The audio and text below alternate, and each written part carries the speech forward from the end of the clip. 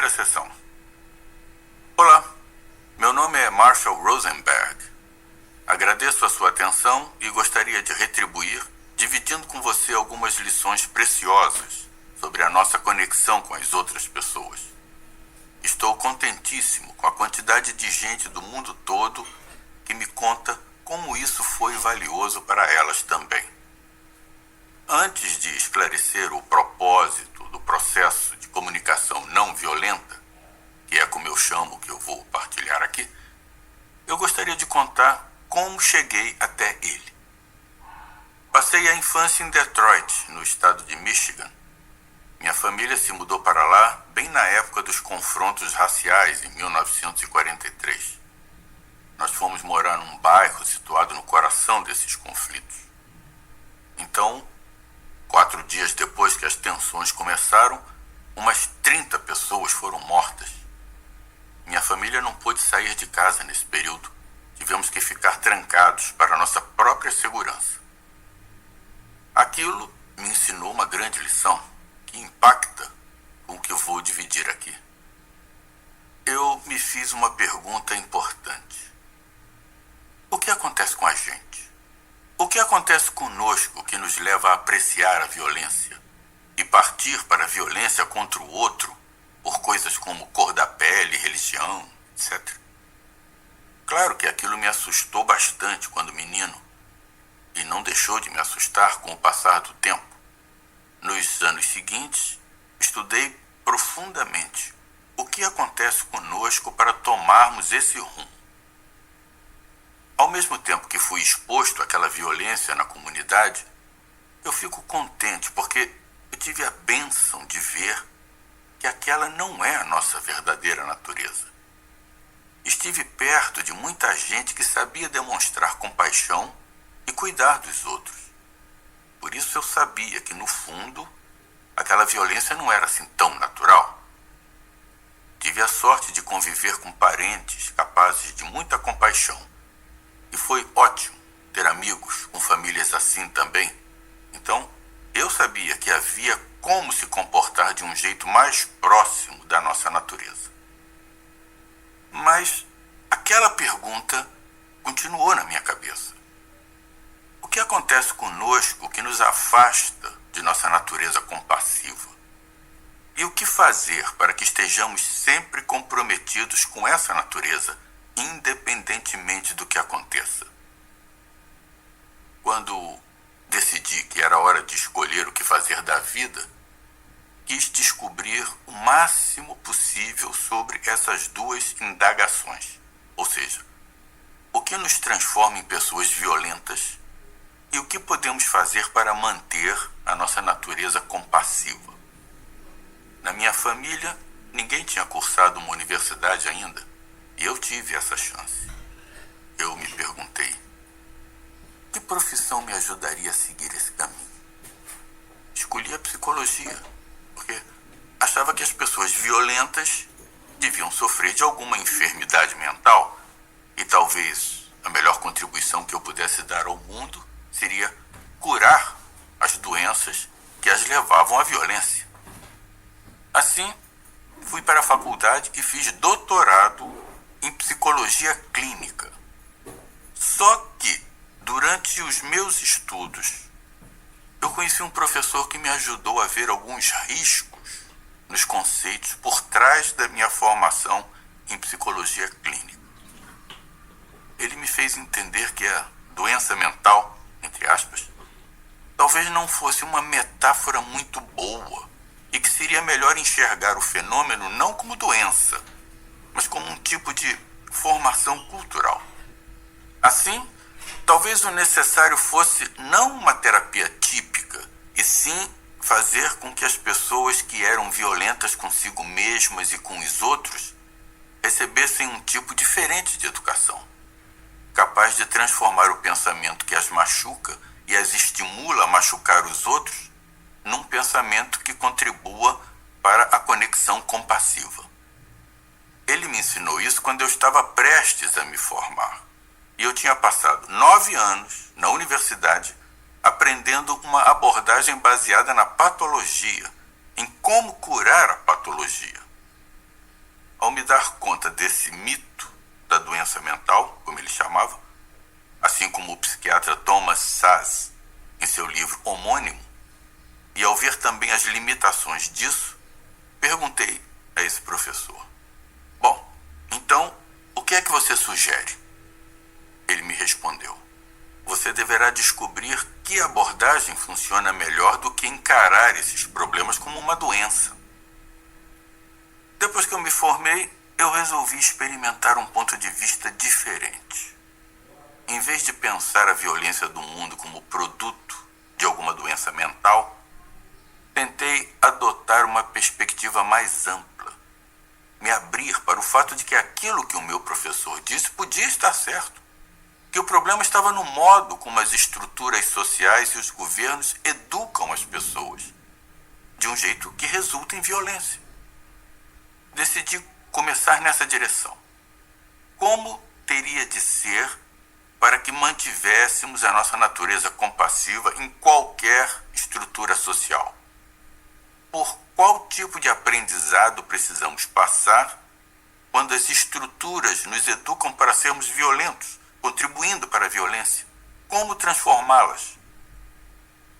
Li um pouco sobre religiões comparadas para ver o que diziam as religiões básicas do planeta, para ver se eu encontrava alguma congruência no que diziam. Também estudei pessoas que viviam de um jeito que eu valorizava e busquei o que as tornava diferentes. Também aproveitei bastante uma pesquisa feita pelo psicólogo Carl Rogers, que estudou os componentes básicos de um relacionamento capaz de curar. O que contribui para um relacionamento que ajuda as pessoas a evoluir, crescer e curar suas feridas? A partir dessas várias diretivas, montei o processo que hoje eu chamo de comunicação não violenta. Antes que eu descreva o processo em si, é importantíssimo esclarecer o seu propósito, a sua possível função. Isso porque, tendo o propósito em mente, a mecânica do processo pode ajudar e muito na adoção desse modo de vida. Sem termos a clareza do propósito, a técnica pode se mostrar infrutífera. Portanto, é preciso haver uma integração entre essas duas dimensões, uma clareza de como escolhemos viver. Assim, a mecânica da comunicação não violenta fará mais sentido e será usada em toda a sua plenitude. Então, qual o propósito da comunicação não violenta? É ajudar a nos conectar conosco e com os outros de um jeito que torne a doação compassiva algo natural. Na minha concepção, a doação compassiva ocorre quando fazemos algo para nós ou para os outros em que a única intenção seja a de enriquecer a vida.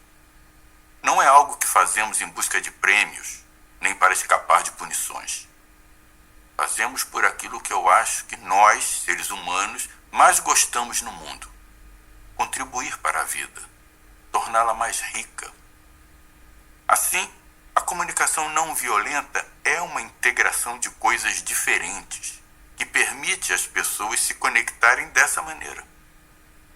Primeiro, a comunicação não violenta é linguagem. Linguagem que nos ajuda a nos conectar conosco e com os outros. É uma linguagem de vida, uma linguagem baseada em sentimentos humanos e necessidades humanas. É uma linguagem que nos permite transmitir o que tornaria a vida mais maravilhosa para nós. Mas a comunicação não violenta não é só linguagem. Ela também envolve estratégias para influenciar os outros. Além de dividir o processo com vocês, eu gostaria de contar aqui como tenho disponibilizado essa comunicação para a gente do mundo inteiro e as suas reações. Um estudante universitário estava comigo certa vez em uma viagem, cumprindo créditos do seu estágio. Ele me acompanhou a vários países e viu as pessoas com quem eu trabalhava, muitas delas em lugares dilacerados pela guerra, que utilizavam o nosso treinamento a serviço da paz. Mais ou menos no 7º país que visitamos, ele me olhou e disse: "Você é um homem muito rico. Para falar a verdade, eu me sinto muito abençoado por fazer o trabalho que faço com as pessoas com quem eu convivo e ver como elas se saem tão bem. Eu me sinto um homem muito rico. Eu vejo um mundo diferente do que você vê nos noticiários. Eu vejo um mundo de gente comprometida com a doação compassiva, desejosa por criar estruturas que sustentem essa doação compassiva. Assim, além de partilhar o processo em si, ficarei feliz em contar algumas experiências que tive com pessoas do mundo inteiro que estão nos ajudando a disseminar esse processo. Vou dar agora uma visão geral de como ele funciona. Nós o chamamos de comunicação não violenta. Como já disse, ele é projetado para que possamos nos conectar, para que a doação compassiva flua naturalmente. Então, que tipo de comunicação nos ajuda a nos conectar dessa forma? Podemos resumir o processo dizendo que ele se baseia em duas perguntas. O que está vivo em nós? E o que deixaria a vida mais maravilhosa? O que está vivo em nós é perguntar, como dizemos em português, como vai? Em inglês, how are you? Em francês, comment ça va? Em espanhol, que tal? Toda cultura em que trabalho no mundo inteiro, cada uma, a seu modo, faz essa pergunta quando as pessoas se encontram. O que está vivo em você? É uma pergunta fundamental. Porque eu estou convencido de que quando nos conectamos com o que está vivo em cada um de nós, estamos nos livrando do conceito de inimigo sobre o qual fomos educados a pensar, como aquele que faz algo de que não gostamos. Quando, apesar das circunstâncias, enxergamos a humanidade do outro e nada mais, o que está vivo em nós? Minha experiência é que conseguimos resolver qualquer conflito de forma pacífica, de um jeito que satisfaz as necessidades de todos. O que nos torna aptos a transmitir o que está vivo em nós? Bom, para isso precisamos dizer aos outros o que eles fazem que enriquece nossa vida e chamar a atenção deles quando fazem algo que não a enriquece. E, como veremos mais adiante, é importantíssimo ter isso bem claro e não misturar a nossa percepção do que os outros fazem com qualquer tipo de avaliação em busca de erros. É algo, portanto, que exige observação sem juízo de valor. Outra parte importante de exprimir o que está vivo em nós é falar com o coração. Falar o que acontece dentro de nós em relação ao que está acontecendo do lado de fora. E descobrir que a melhor maneira de fazer isso é desenvolvendo a alfabetização e a consciência de nossos sentimentos e necessidades. Nossas necessidades são a própria vida em ação. Quando estamos desconectados delas, não estamos vivos de verdade.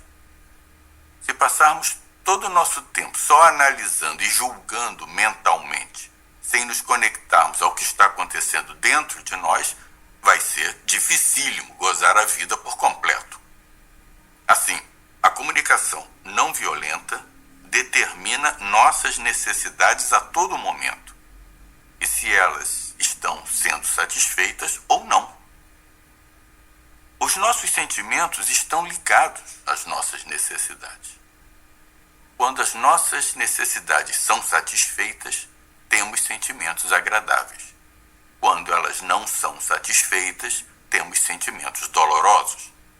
Assim, essa junção tripla entre dizer aos outros o que eles fazem que enriquece ou não nossa vida, e depois lhes dizer o que está vivo em nós em relação a isso, partindo dos nossos sentimentos e das necessidades deles, é um dos componentes básicos do processo.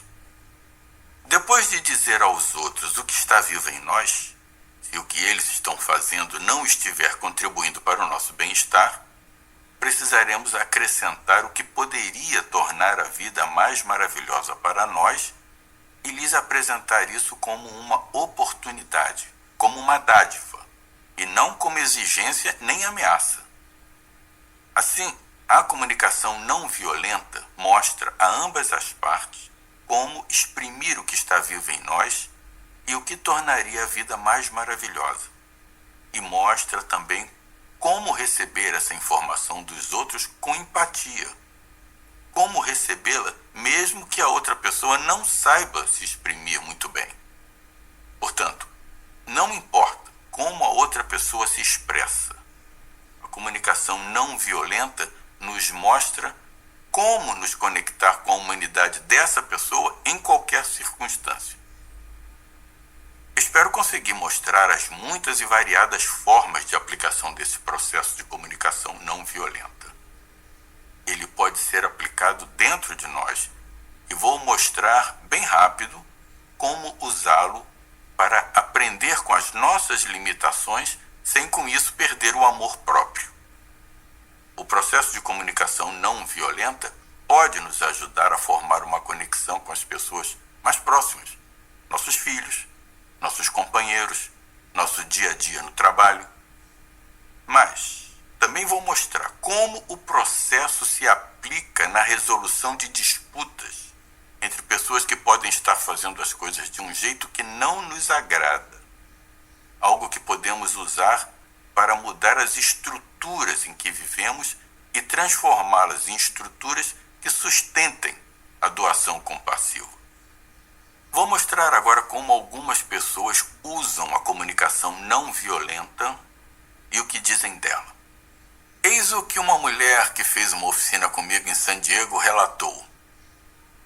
Quando aprendi a receber e também a dar usando a comunicação não violenta, parei de interpretar que estava sendo atacada e virando um capacho, e passei a realmente escutar as palavras e extrair delas os verdadeiros sentimentos de quem as dizia. Descobri um homem muito magoado com quem estive casada por 28 anos. Ele me pediu o divórcio no fim de semana antes de ouvir a oficina de comunicação não violenta. Para encurtar a história, hoje estamos aqui juntos e dou muito valor à contribuição da comunicação não violenta para o nosso final feliz. Aprendi a escutar sentimentos, a exprimir minhas necessidades, a receber respostas que eu nem sempre queria ouvir. Vi que ele não está aqui para me fazer feliz, nem eu estou aqui para criar felicidade para ele. Não, a gente não pode fazer os outros sentirem o que sentem. Aprendemos que o amor só se desenvolve entre nós quando se conecta de determinada forma. Daí podemos satisfazer as necessidades um do outro e a felicidade simplesmente acontece. Aprendi que não podemos ser responsáveis pelos sentimentos um do outro, mas podemos ser responsáveis pelo jeito como reagimos ao outro. E se nos conectarmos com esse tipo de consciência, acabamos ambos com as necessidades satisfeitas. E a felicidade vem disso. Agora, ouça o que uma médica que mora em Paris, na França, me disse sobre o jeito como ela aplica o treinamento. Eu uso cada vez mais a comunicação não violenta na minha prática clínica. Alguns pacientes me perguntam se sou psicóloga e dizem que, em geral, os seus médicos não se interessam pelo modo como vivem, nem como cuidam de suas doenças. A comunicação não violenta me ajuda a entender quais são as necessidades do paciente e o que ele precisa ouvir em determinado momento. Eu acho isso muito útil para me relacionar com os pacientes aidéticos e hemofílicos, porque há tanta raiva e dor ali que a relação entre o paciente e o profissional de saúde costuma ficar muito prejudicada.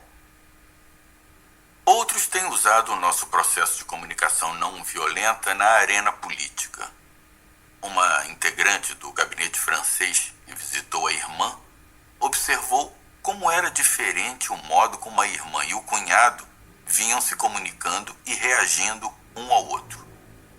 Incentivada pelas descrições que eles fizeram da comunicação não violenta, ela mencionou que na semana seguinte teria que negociar algumas questões delicadas entre a França e a Argélia a respeito dos procedimentos de adoção. embora o tempo fosse limitado, despachamos para Paris um instrutor que falava francês para trabalhar com a ministra do gabinete. Mais tarde, ela atribuiu boa parte do sucesso de sua negociação na Argélia à técnica de comunicação recém-adquirida. Hoje, no mundo todo, a comunicação não violenta é um recurso valioso nas comunidades que enfrentam conflitos violentos e graves tensões étnicas, religiosas ou políticas. A disseminação da comunicação não violenta e o seu uso na mediação de pessoas em conflito em Israel, na Autoridade Palestina, na Nigéria, em Ruanda, em Serra Leoa e em outros locais é, para mim, uma fonte especial de satisfação.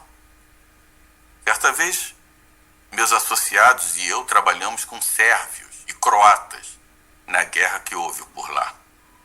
Eu os levei a um país neutro para esse trabalho. Os primeiros dias foram muito dolorosos. Ajudei ambos os lados a superar a imagem do inimigo e ver a humanidade um do outro.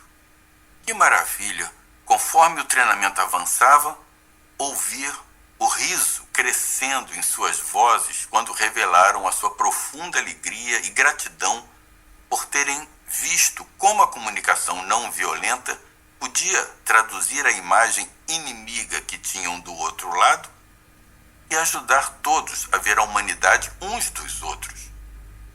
E fico contente de ver o que essas pessoas fizeram desde então com esse treinamento para ajudar seu povo a superar o tipo de pensamento que nos leva a ver apenas inimigos. Eu me sinto abençoado por poder viajar o mundo, ensinando esse processo de comunicação às pessoas e vendo como ficam empoderadas. Agora eu estou contente por poder dividir isso aqui com você também.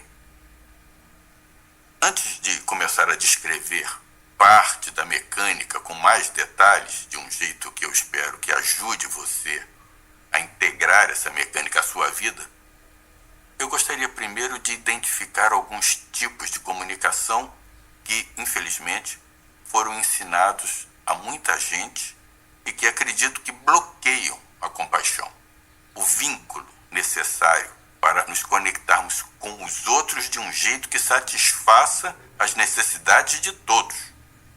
Um dos tipos mais destrutivos de comunicação que nos ensinaram e que vejo ensinarem aos outros é avaliar as pessoas usando julgamentos moralistas, que basicamente se resumem a certo e errado.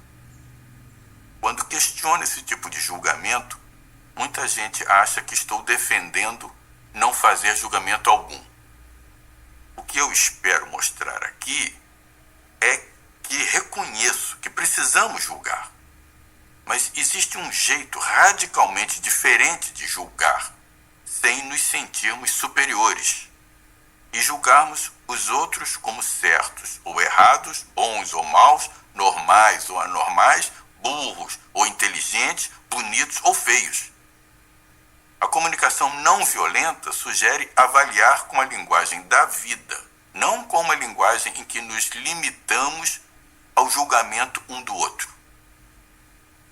Assim, a comunicação não violenta julga, mas do seguinte ponto de vista: esse comportamento está ou não está servindo à vida? Ela não parte do princípio de que a outra pessoa merece ser recompensada ou punida. Rumi, o poeta sufi, escreveu: lá, além das ideias de certo e errado, existe um campo.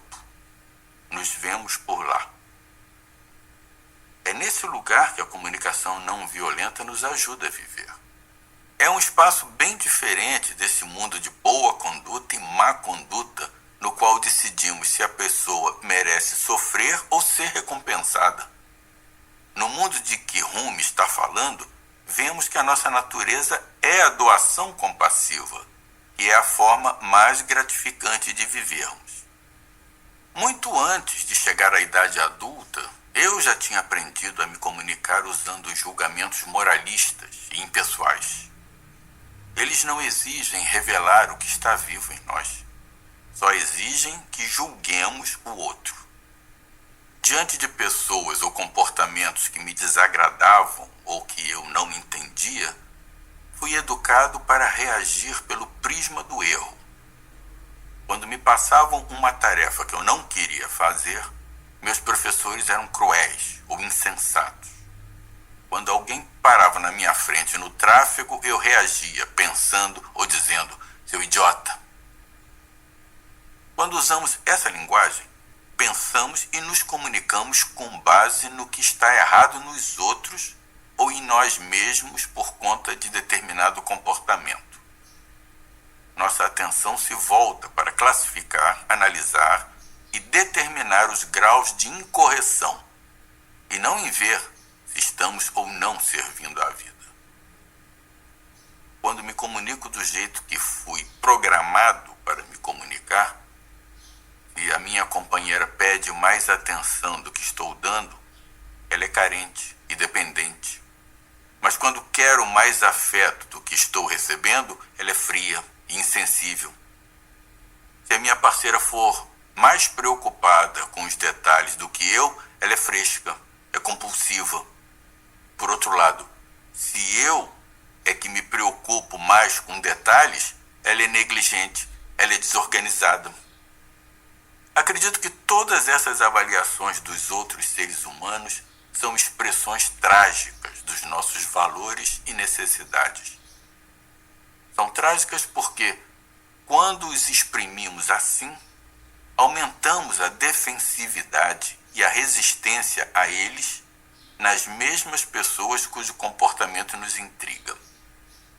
E mesmo que elas concordem em adotar os nossos valores, reconhecendo que erraram, elas provavelmente só concordarão por medo, culpa ou vergonha. Eu estou convencido de que pagamos caro quando as pessoas reagem às nossas necessidades, não pelo desejo de se doar de coração, mas por medo, por culpa ou vergonha. Cedo ou tarde, sofreremos as consequências da pouca boa vontade daqueles que cedem às nossas necessidades por essa sensação de medo da punição ou por algum tipo de indução à culpa. Além disso, toda vez que os outros nos associam a culpa, medo ou vergonha, reduzimos a probabilidade de no futuro reagirem com compaixão aos nossos valores e necessidades. A relação entre linguagem e violência é o tema da pesquisa do professor de psicologia O.J. Harvey, da Universidade do Colorado. Ele pegou amostras aleatórias da literatura de vários países do mundo e listou a ocorrência de palavras que julgam e classificam as pessoas. Sua pesquisa mostra uma correlação elevada entre o uso frequente dessas palavras e a incidência de violência. Não me surpreende saber que há consideravelmente menos violência em culturas que privilegiam as necessidades humanas do que naquelas que rotulam as pessoas como boas ou más, certas ou erradas, normais ou anormais, e acreditam que as más mereçam punição. É doloroso constatar a quantidade de programas que as crianças veem na TV em que os heróis matam ou surram alguém a cada episódio. O teólogo Walter Wink me ajudou imensamente a entender onde tudo isso começou. Em seu livro The Powers That Be, em português, Os Poderes Constituídos, ele me fez perceber que durante uns 8.000 anos fomos programados para pensar por esses julgamentos moralistas e fazer justiça com base neles, o que indica que se as pessoas forem julgadas de um jeito, merecem sofrer e ser punidas. Se forem julgadas de outro jeito, merecem ser recompensadas. Mas existe uma alternativa. E eu estou contente com a oportunidade de examinarmos isso aqui. Esse outro jeito de não julgar, se se o outro está certo ou se está errado. Vamos nos conectar e apreciar a contribuição para com o bem-estar de todos. Eu gostaria de citar ainda algumas das outras maneiras pelas quais fomos educados a nos comunicar para influenciar uns aos outros e que me deixam triste.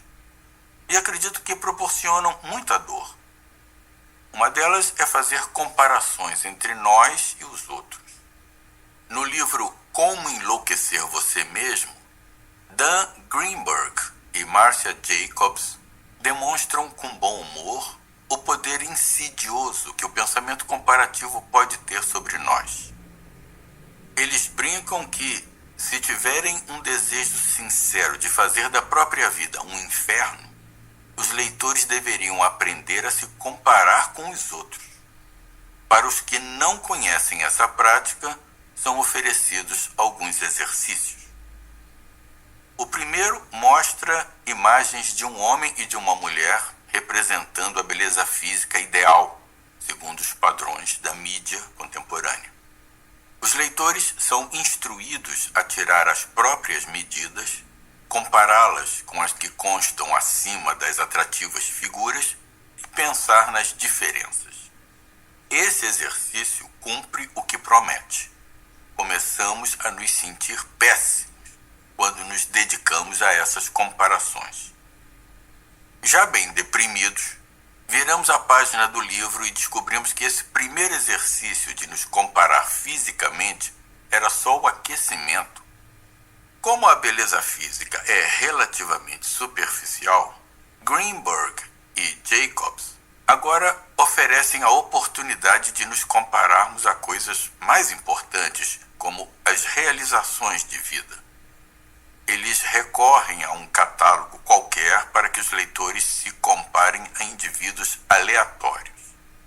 O primeiro nome que tiram do catálogo é justo o de Amadeus Mozart. Greenberg e Jacobs listam as línguas que o músico falava e as principais obras que compôs em sua adolescência. Então, o exercício instrui os leitores a recordarem as próprias realizações até aquele momento da vida e compará-las com o que Mozart já tinha feito aos 12 anos, refletindo sobre as diferenças. Mesmo os leitores que ainda não superaram o sofrimento causado por esse exercício percebem como esse tipo de pensamento tem o poder de bloquear a compaixão, tanto por nós mesmos quanto pelos demais. Outro tipo de comunicação que nos desconecta da vida e provoca muito sofrimento é a negação da responsabilidade. Essa comunicação mascara a consciência de sermos responsáveis por nossos pensamentos, por nossos sentimentos e ações. O uso da conhecida expressão ter que, como na frase "existem coisas que você tem que fazer, querendo ou não", ilustra como esse discurso obscurece a responsabilidade pelas nossas próprias ações. Também a expressão fazer sentir, como em "você me faz sentir culpado", é um exemplo de como a linguagem permite a negação da nossa responsabilidade pelos próprios sentimentos e pensamentos. Negamos a responsabilidade por nossas ações quando atribuímos sua causa a forças ocultas e impessoais, como na frase "limpei meu quarto porque tinha que limpar", ao diagnóstico de doenças ou a um histórico pessoal ou psicológico. Uma explicação desse tipo pode soar assim: bebo porque sou alcoólatra. Ou atribuímos nosso comportamento às ações dos outros, como, por exemplo, bati no meu filho porque ele correu para a rua. Ou atribuímos nosso comportamento aos ditames da autoridade e dizemos coisas como menti para o cliente porque o chefe mandou. Ou culpamos a pressão do grupo com frases como comecei a fumar porque meus amigos fumavam. Ou atribuímos nosso comportamento a práticas, regras e regulamentos institucionais e dizemos coisas como: tenho que suspendê-lo por essa infração porque é a política da empresa.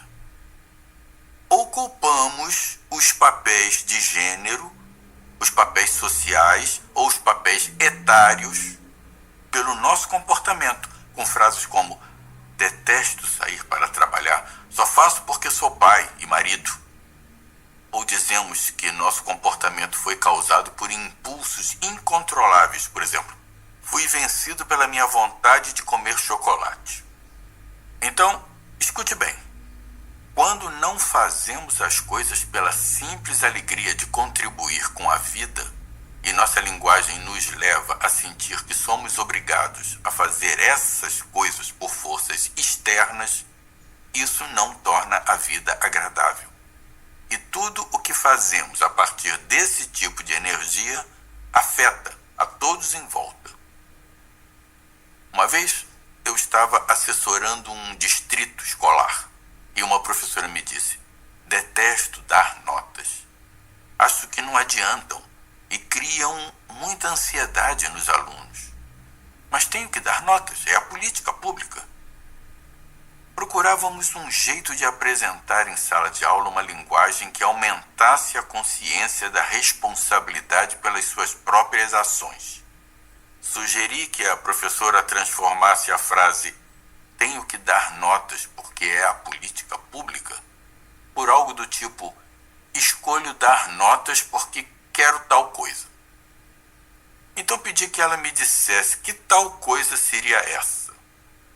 O que você quer tanto que a faz dar as notas no fim das contas? Ela respondeu sem hesitar: escolho dar notas porque quero manter meu emprego. E logo acrescentou: mas não gosto de falar assim. Fico me sentindo responsável demais pelo que estou fazendo. E eu respondi: é por isso que eu quero que fale desse jeito.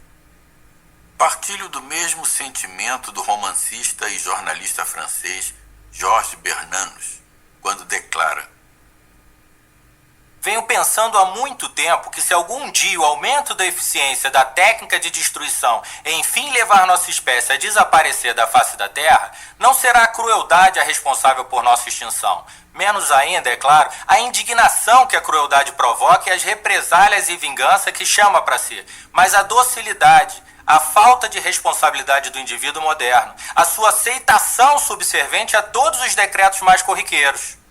Os horrores que vimos e os horrores ainda piores que vemos atualmente não são sinais de que o número de pessoas rebeldes, insubordinadas, indomáveis esteja aumentando no mundo, mas sim de que há um aumento constante no número de pessoas dóceis e obedientes.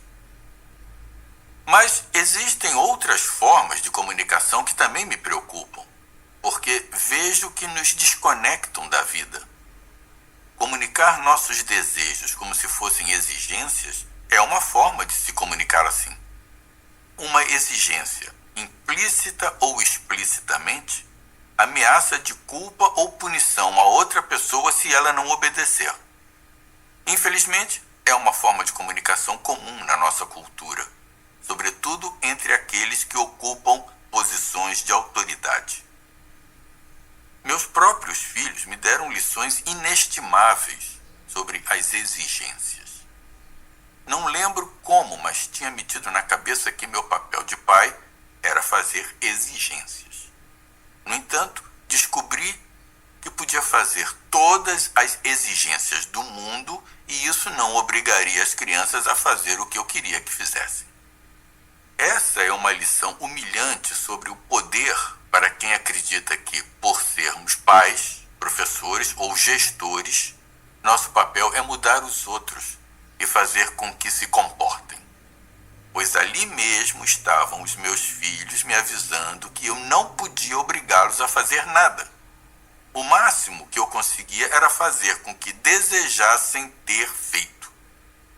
Então eles me ensinaram outra lição. Toda vez que eu fazia meus filhos desejarem ter feito algo, eles me faziam desejar que eu não tivesse feito eles desejarem aquilo. A comunicação que aliena a vida também está associada ao conceito de que determinadas ações são dignas de recompensa, enquanto outras são dignas de punição.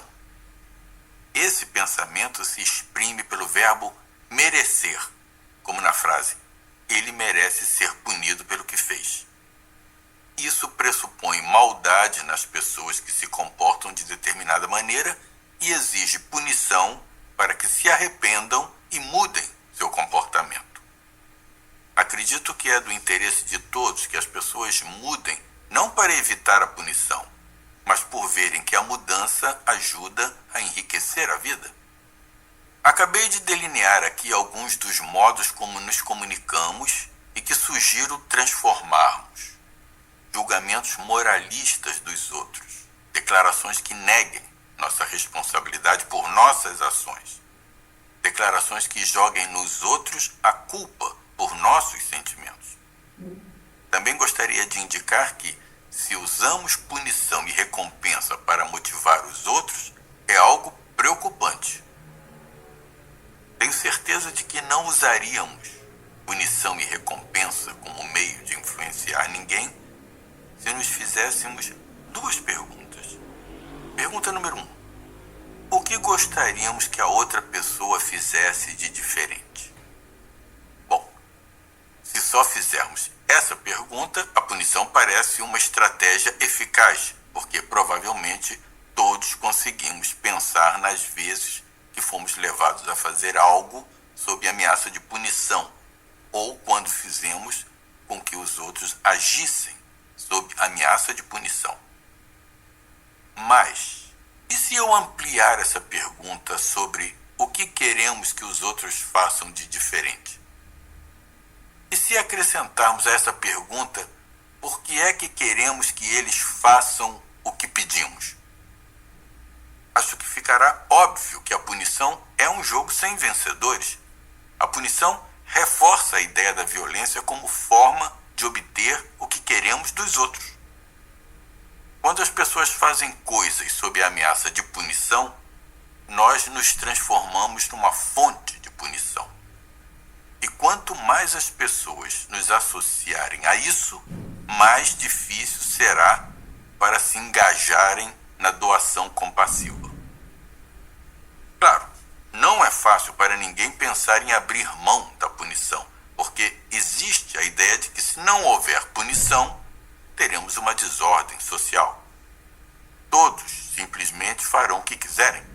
Teremos caos, anarquia. Esquecemos que, além da ameaça de punição, existem outras formas de manter a ordem social. Mesmo quando entendem que a punição provoca mais violência, é difícil para as pessoas enxergarem o problema por trás das recompensas. Parece que recompensar os outros por fazer o que queremos é um jeito natural de agir no mundo. Mas vale repetir, na comunicação não violenta, gostaríamos que as pessoas fizessem as coisas pelo valor básico e intrínseco de se fazer algo, pelo modo como isso enriquece a vida. Queremos que isso, sim, motive as pessoas a agir como agem, não para obter dos outros alguma recompensa externa. Agora, de todas as recompensas externas, uma das que mais me preocupam é o uso de elogios e cumprimentos para levar as pessoas a continuar fazendo o que fazem e que nós gostamos que elas façam. Falarei disso mais adiante, mas queria logo incluir os elogios e os cumprimentos como forma de recompensar as pessoas por fazerem o que queremos. Tenho certeza de que as pessoas nunca mais recompensariam ninguém se lessem o livro Punidos pelas Recompensas, de Alfie Kohn, no qual ele mostra todos os problemas decorrentes de usar recompensas para obter ordem ou conseguir que os outros façam coisas. Gostaria agora de retornar à mecânica do processo de comunicação não violenta. Mas antes, quero lembrar a você que a mecânica sem a consciência de por que ela é aplicada não é comunicação não violenta. Uma mulher voltou no segundo dia de oficina e desabafou. Não deu certo. Perguntei. Você pode me dizer do que você está falando? Ela respondeu. Ontem à noite fui para casa e me expressei usando a comunicação não violenta com meu filho mais velho. Notei que ele não fez a tarefa que eu queria que fizesse. Assim, me expressei. Disse a ele o que estava vivo em mim. Disse o que gostaria que ele fizesse. Então ela me explicou de que jeito falou aquilo. Ela aplicou a mecânica muito bem. Transmitiu com clareza o que estava vivo nela, sem nenhuma crítica a ele. Disse claramente o que queria. E eu respondi. Bom, a mecânica que estamos estudando é assim mesmo. Qual é o problema? Ela respondeu. Ele não fez nada. Eu disse. Vejo que não deixei claro que é preciso ter uma intenção diferente dessa. E ela, como assim? Eu respondi. A nossa intenção nunca é usar a comunicação não violenta para levar as pessoas a fazerem o que queremos. Ela disse, então é para eu ser permissiva e deixar ele fazer o que quiser? Não. Nossa intenção também não é negar nossas necessidades nem deixar tudo para lá. Lembrei a ela que a intenção é criar a qualidade de conexão necessária para que as necessidades de todos sejam satisfeitas com compaixão.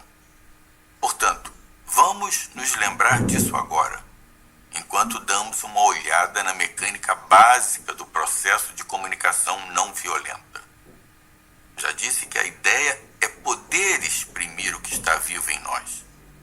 Às vezes, isso exige revelar aos outros exatamente o que eles fazem que satisfaz ou não nossas necessidades.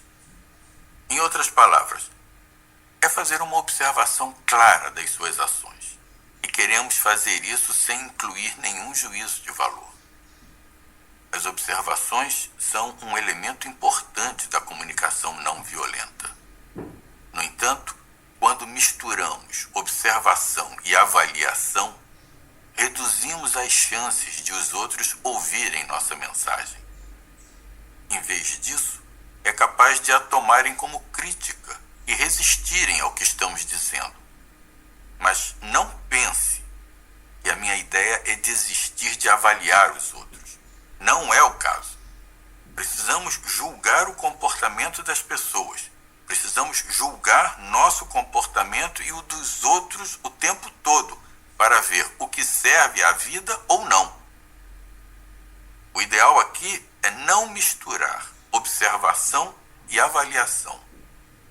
A comunicação não violenta é uma linguagem de processo que foge das generalizações estáticas.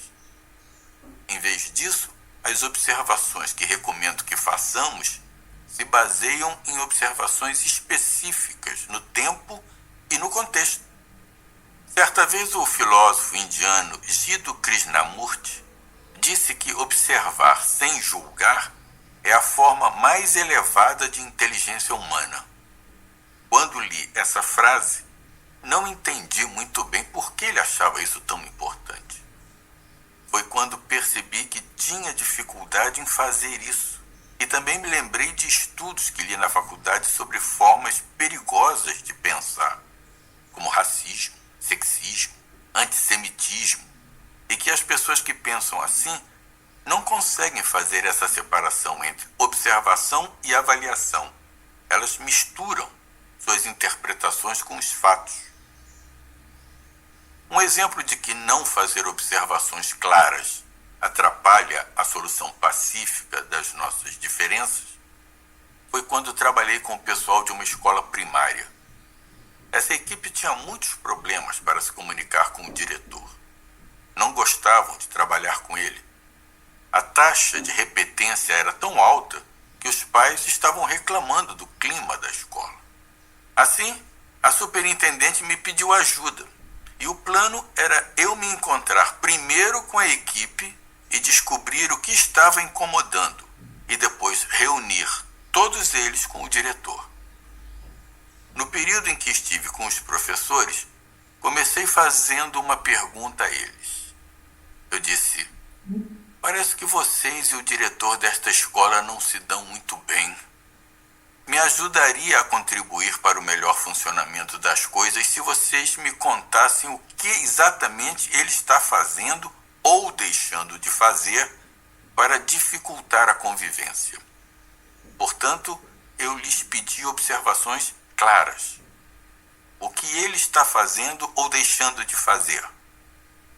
Em vez de receber a resposta à minha pergunta, o que recebi foi uma análise visual de um dos professores. Quando perguntei sobre o diretor, ele disse: ele tem um maior bocão. Repare, eu não perguntei qual era o tamanho da boca do diretor. Eu perguntei o que ele estava ou não fazendo. Ressaltei essa discrepância entre a minha pergunta e a resposta. E lhe perguntei se ele poderia ser mais específico. O que o diretor fez e que ele descrevia como ter o maior bocão? Ele não conseguiu. Tudo que vinha dele eram críticas, análises de aparência e juízos de valor do diretor. Uma professora, vendo a dificuldade dele com isso, interveio. Bom, eu sei do que ele está falando. Eu respondi: ótimo, então ajude. O que esse diretor está fazendo? E essa segunda pessoa disse: ele fala demais. E eu: bom, eu diria que falar demais é outra avaliação, não é um comportamento observável. Está misturando as ações dele com a sua interpretação. Sei que vamos nos comunicar muito melhor se iniciarmos a comunicação com o diretor sendo mais específicos. O que ele faz que torna difícil para vocês ficar perto dele? A outra professora disse: ele quer ser o centro das atenções o tempo todo. Não. Isso é me dizer o que você acha que ele quer. Mesmo que seja isso mesmo, ainda assim é um diagnóstico. Não é uma descrição do que ele está fazendo. Um outro professor disse: bom, ele acha que é o único que tem algo a dizer. Comentei: novamente, esse é outro diagnóstico. Então uma das professoras comentou: caramba, é difícil fazer isso. Foi quando citei para eles a frase que acabei de dizer aqui do Krishnamurti, sobre como é difícil, devido ao que fomos programados para pensar, manter separadas observação e avaliação. Com a minha ajuda, eles finalmente chegaram a algumas observações, e uma delas foi que durante as reuniões semanais, não importava o que estivesse na pauta, o diretor comparava qualquer assunto com as experiências que teve na guerra. Contava experiências da infância e outras histórias. Em consequência, as reuniões duravam pelo menos 20 minutos a mais do que o tempo estimado. Eu disse: alguém já chamou a atenção dele para isso? Para esse comportamento específico? E eles logo viram que, ao tentar conversar com ele, usaram palavras como fala demais e coisa parecida. E ele ficou na defensiva quando fizeram isso. Assim, sugeri que nos reuníssemos com o diretor e que os professores tentassem ser específicos nessa reunião sobre o que o diretor fazia e eles não gostavam. Quando esse dia chegou, vi logo do que eles estavam falando, porque não importava o que acontecesse, o diretor começava a dizer: isso me lembra uma vez. Então engatava em uma das suas histórias. Eu esperava que a equipe o confrontasse como tínhamos combinado, que chamassem a atenção dele, que mostrassem que, fazendo isso, ele não satisfazia as necessidades da equipe. Mas, em vez de se comunicarem verbalmente com o diretor, vi muita comunicação não verbal acontecendo. As pessoas reviravam os olhos e se entreolhavam, cutucavam-se na costela, como se dissessem: lá vai ele de novo.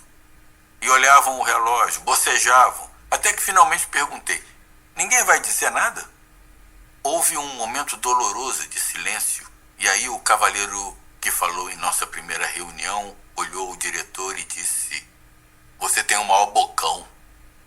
Obviamente, não devo ter explicado tão bem de que modo exprimir observações claras, sem misturá-las com as avaliações.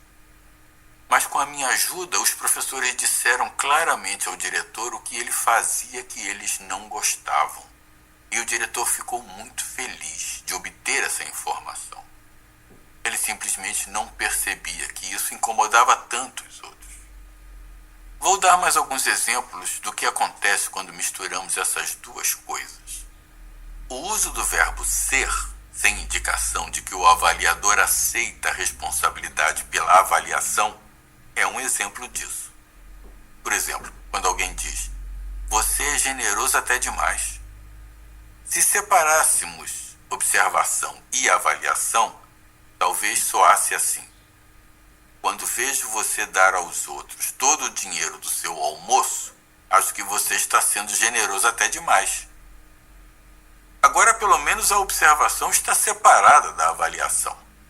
No entanto, isso também mostra que, em vez de dizer aos outros o que pensamos deles, seria mais poderoso lhes dizer quais são as nossas necessidades não satisfeitas.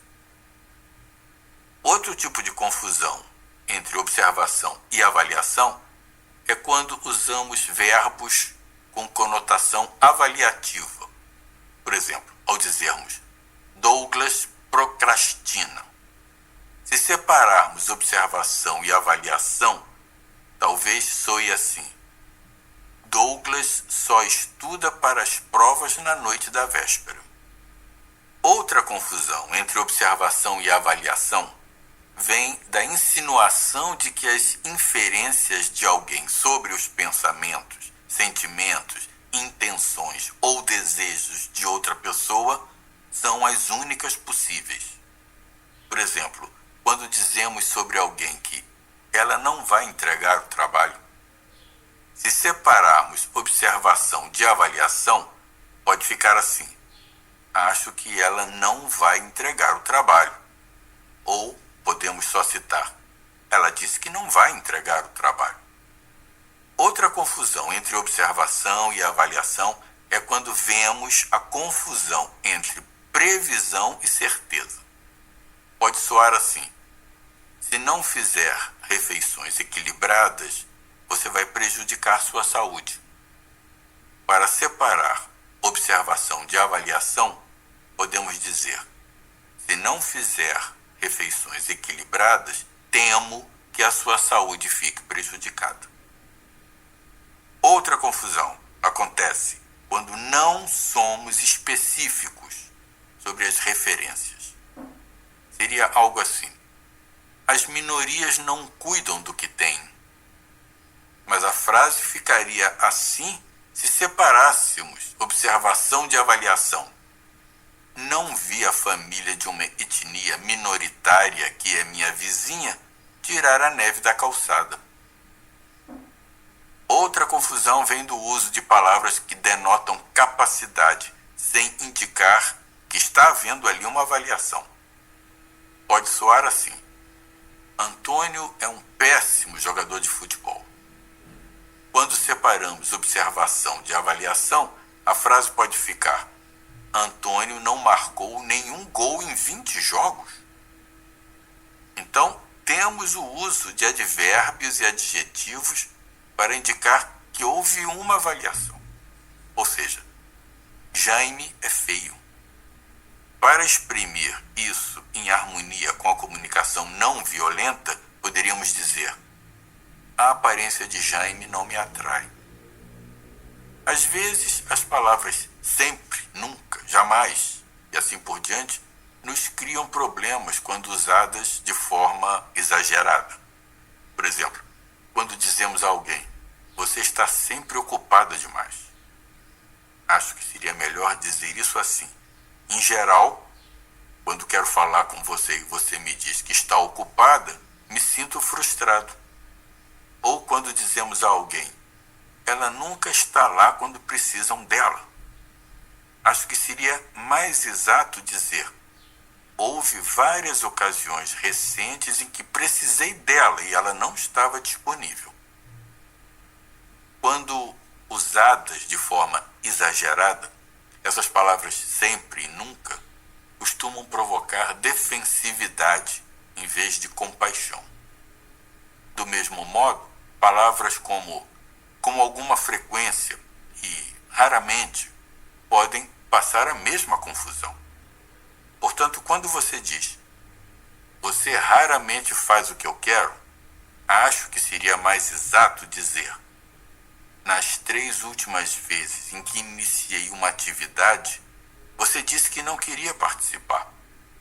Ou em vez de ele nos visita com alguma frequência, ele nos visita pelo menos 3 vezes por semana. Assim, a tarefa de manter separadas as nossas observações e avaliações é um dos 3 componentes do aprendizado para exprimir o que está vivo em nós. Um segundo componente que eu gostaria de focar agora é como exprimir com clareza os nossos sentimentos a qualquer hora. Porque o importante são os nossos sentimentos e as nossas necessidades, que examinaremos logo em seguida, depois dos sentimentos. Esses 2 juntos, sentimentos e necessidades, são a melhor maneira que já aprendi de me conectar com a vida em mim e nos outros. Há um poema que ressoa dentro de mim chamado A Máscara. Infelizmente esqueci o nome do autor, mas esse poema me ajuda a lembrar quanta gente anda por aí sem uma linguagem da vida. Não sabe dizer o que acontece dentro de si, o que sente, do que precisa, e como é triste quando só sabemos exprimir pensamentos alienantes. O poema é assim: sempre uma máscara, segura na mão esguia e branca. Sempre havia uma máscara em seu rosto. Era, na verdade, o punho que a segurava de leve e cumpria a tarefa. No entanto, às vezes, não havia um tremor, um agitar de dedos, muito de leve, ao segurar a máscara? Durante anos e anos quis saber, mas não ousei perguntar. Então, estabanado, olhei atrás da máscara e não achei nada. Ela não tinha rosto. Ela se tornara apenas a mão que segurava a máscara com elegância. Muitos de nós andamos por aí como mortos, encantadores, porque nos ensinaram uma linguagem de dominação que nos faz temer a todo momento o que os outros pensam que somos. Acham que sou normal? Anormal? Gentil? Rude? Atraente? Pouco atraente? E quanto mais nos ocupamos dessa esfera, menos nos conectamos à vida dentro de nós, às nossas emoções humanas.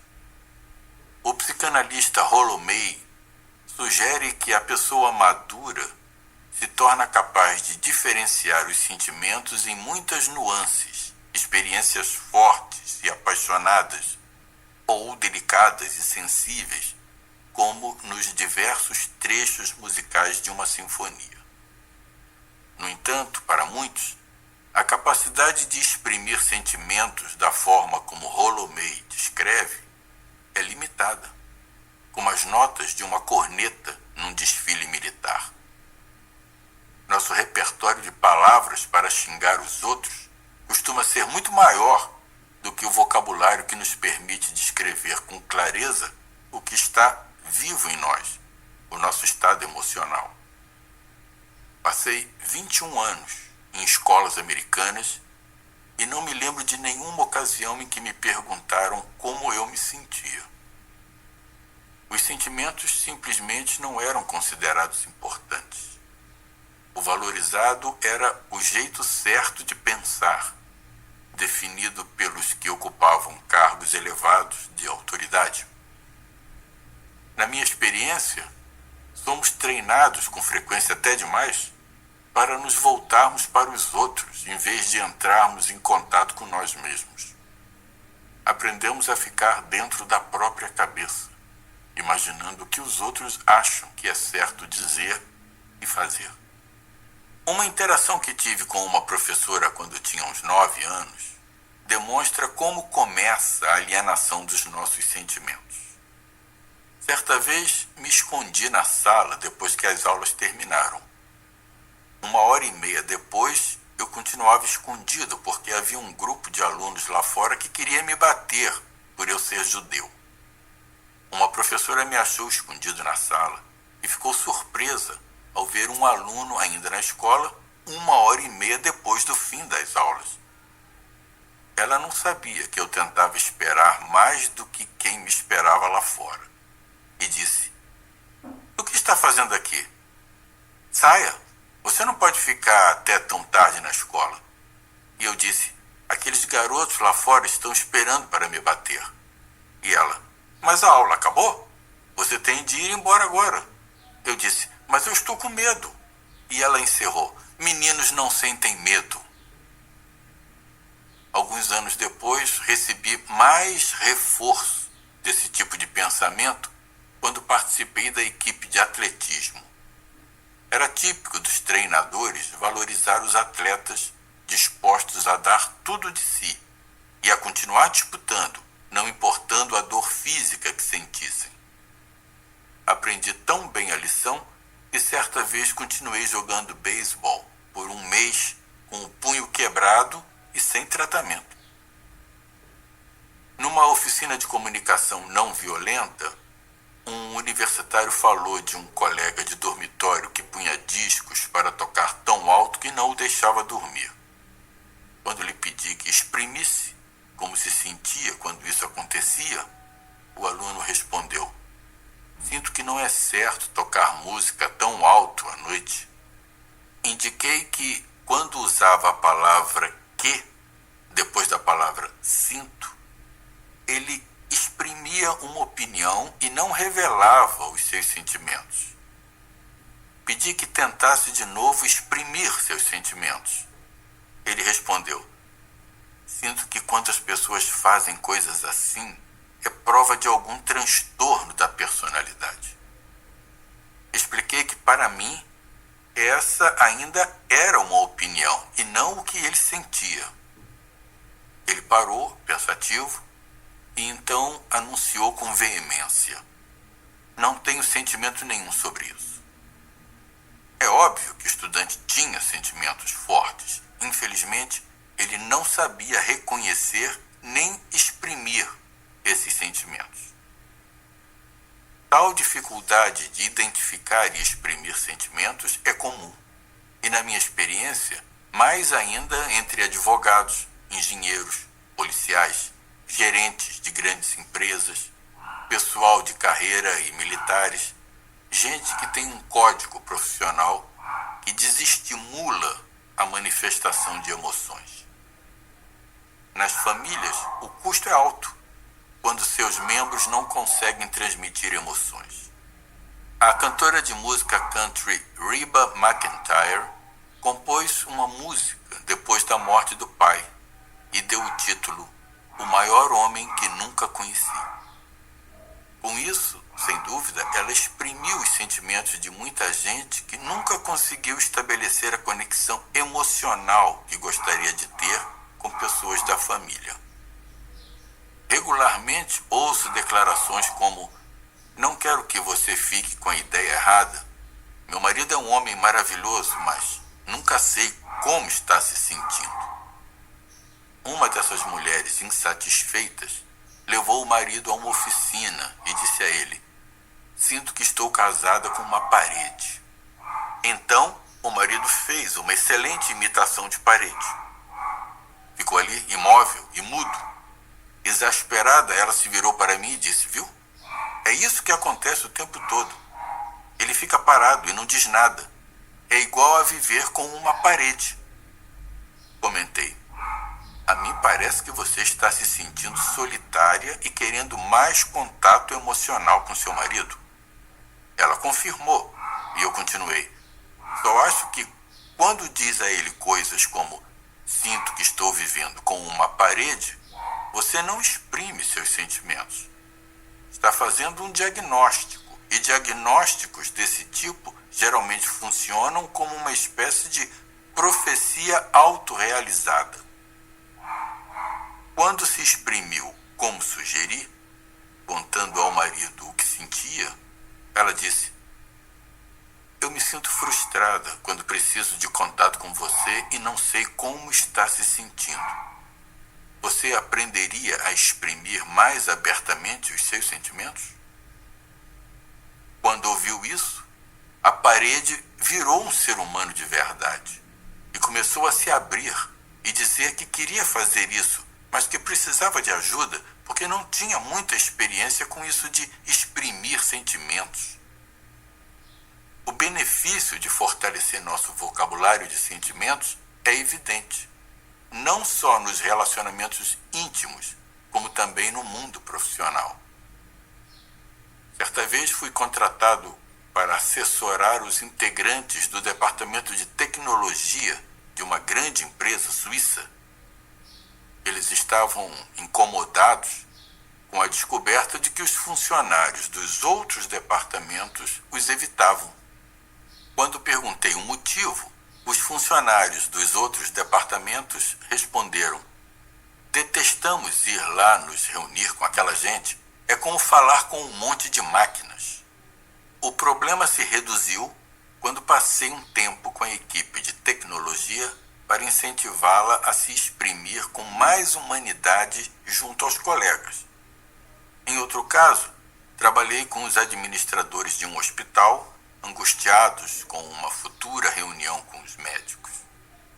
Eles queriam apoio para um projeto que os médicos tinham rejeitado recentemente em uma votação de 17-1. Os administradores estavam ansiosos para que eu demonstrasse como poderia usar a comunicação não violenta para abordar os médicos.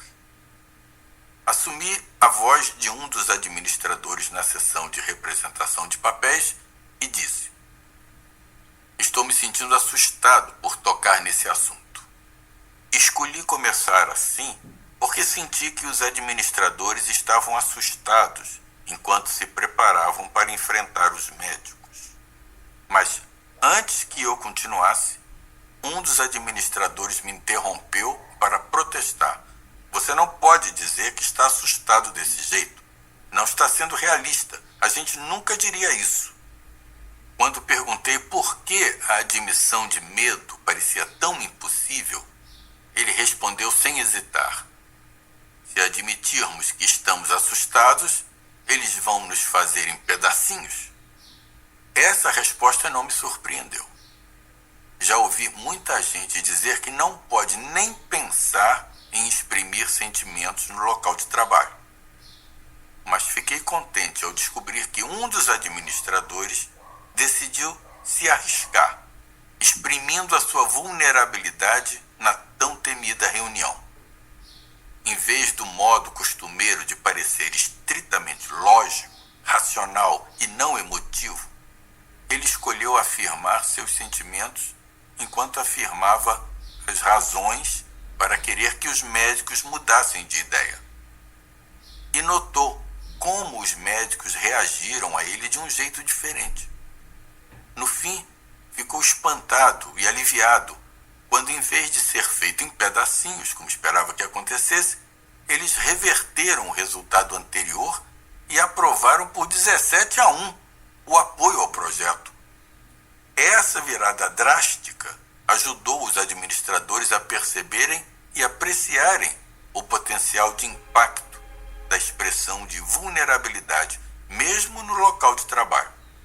Por fim, vou contar um incidente pessoal que me ensinou o efeito de guardar para si os sentimentos. Fui dar um curso sobre comunicação não violenta a um grupo de alunos de um bairro pobre da cidade. Quando entrei na sala no primeiro dia, os alunos que vinham conversando animados entre si se calaram, olharam o chão, depois a janela. Não pareciam nem um pouco interessados em estar ali. Eu disse: bom dia, e no silêncio me senti muito pouco à vontade. Não senti conexão com eles. mas tive medo de me exprimir.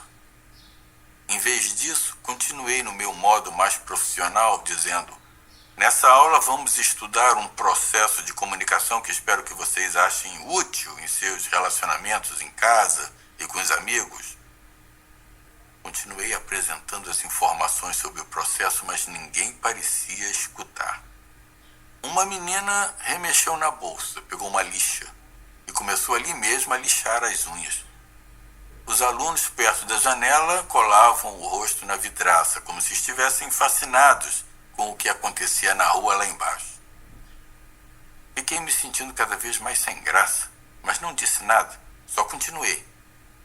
Por fim, um aluno que sem dúvida tinha mais coragem do que eu ali, disse: você detesta estar entre negros, não é? Fiquei espantado, mas percebi na mesma hora que contribuí para essa ideia errada quando escondi o desconforto que realmente sentia por não obter com eles a conexão que gostaria. Eu respondi: eu estou me sentindo nervoso, mas não por vocês serem negros. Os meus sentimentos têm a ver com o fato de que não conheço ninguém aqui e queria ser aceito. E quando entrei na sala, a reação que recebi não satisfez a minha necessidade de aceitação. Essa expressão da minha vulnerabilidade surtiu um forte efeito entre os alunos. Eles começaram a fazer perguntas sobre mim, a me contar coisas sobre eles, e então se tornaram muito mais aptos a aprender o que eu tinha a oferecer sobre comunicação não violenta. Uma confusão comum gerada pela linguagem é o uso da palavra sentir, sem realmente exprimir um sentimento quando usamos o verbo. Por exemplo, na frase "sinto que não consigo uma oportunidade justa", seria melhor substituir a palavra sinto por acredito. Em geral, os sentimentos não são claramente expressos quando a palavra sinto é seguida por palavras como que e como, em frases assim: sinto que você devia ter mais juízo. Eu me sinto como um fracasso. Sinto que estou vivendo com uma parede. Também vemos isso com os pronomes eu, você, ele, ela, eles, isso, aquilo, nas frases sinto que eu estou sempre à disposição. Sinto que isso é inútil. Ou quando depois da palavra sinto, usamos nomes ou substantivos que se referem a pessoas. Sinto que M tem sido muito responsável. Sinto que meu chefe está sendo manipulado. Portanto, embora a palavra sinto seja usada nessas frases, o que vem depois não é o que eu chamaria de emoção ou sentimento. E não é necessário usar a palavra sinto quando realmente exprimimos um sentimento. Podemos dizer: estou me sentindo irritado, ou simplesmente estou irritado. Na comunicação não violenta, distinguimos palavras que exprimem sentimentos reais e palavras que descrevem o que achamos que somos. Um exemplo de descrição do que achamos que somos: eu me sinto inadequado como violonista. Nessa afirmativa, avalio a minha habilidade como violonista em vez de exprimir claramente os meus sentimentos. Uma expressão de sentimentos poderia ser assim: eu me sinto impaciente comigo enquanto violonista. Eu me sinto decepcionado com o meu jeito de tocar violão. Eu me sinto frustrado quando toco. Portanto, o sentimento real por trás da avaliação que faço de mim como inadequado poderia ser decepção, impaciência, frustração ou alguma outra emoção. Só dizer o que achamos que somos não descreve realmente um sentimento. Do mesmo modo, vale a pena diferenciar as palavras que descrevem o que pensamos que os outros estão fazendo à nossa volta das palavras que descrevem sentimentos reais. Vou dar alguns exemplos de declarações fáceis de confundir com a expressão de sentimentos.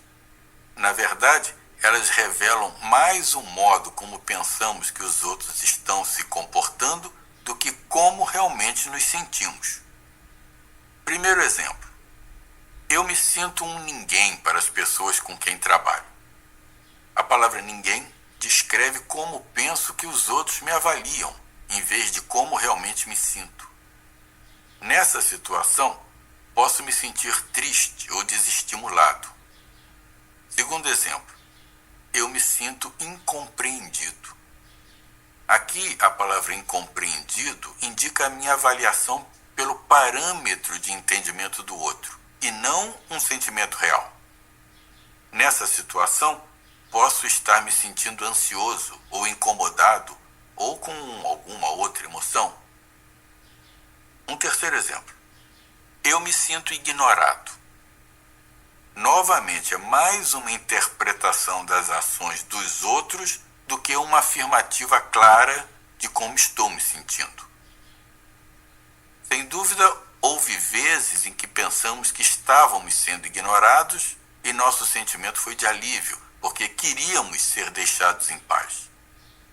Sem dúvida, houve outras vezes, no entanto, em que nos sentimos feridos, quando pensamos que estávamos sendo ignorados, porque queríamos ser incluídos. Palavras como ignorado exprimem como interpretamos os outros e não como nos sentimos. Vou mostrar mais algumas dessas palavras que acho que se misturam com os sentimentos e levam a conexões com os outros bem diferentes das conexões que teríamos se usássemos palavras que exprimem melhor os sentimentos. Mais uma vez, quero insistir que eu não diria que as palavras seguintes são sentimentos. Eu me sinto abandonado, agredido, atacado, traído, enganado, coagido, interrompido, manipulado, negligenciado, sobrecarregado, pouco apreciado, rejeitado, desdenhado. Portanto, para exprimir nossos sentimentos, é mais indicado usar palavras que se refiram a emoções específicas, em vez de palavras vagas ou gerais. Por exemplo, se dissermos, eu me sinto bem com isso. A palavra bem pode significar feliz, empolgado, aliviado ou várias outras emoções. Palavras como bem e mal impedem que o ouvinte se conecte facilmente com o que estamos de fato sentindo. Portanto, vamos ver se ficou bem claro o que são sentimentos e o que são formas de comunicação que não vejo como sentimentos. Vou dar uma série de frases para você sentir se são sentimentos ou não. Logo em seguida, direi a minha reação. Número 1. Sinto que você não me ama. Eu não chamaria isso de sentimento.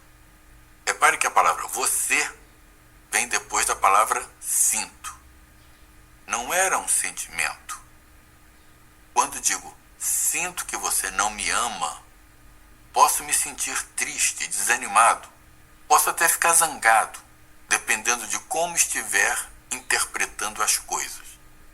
Portanto, eu não chamaria sinto que você não me ama de sentimento. Número 2. Estou triste porque você vai embora, porque dou muito valor à nossa conexão. Eu chamaria isso de sentimento por causa da palavra triste. Número 3. Estou me sentindo apavorado agora. Minha necessidade de conexão está sendo ameaçada.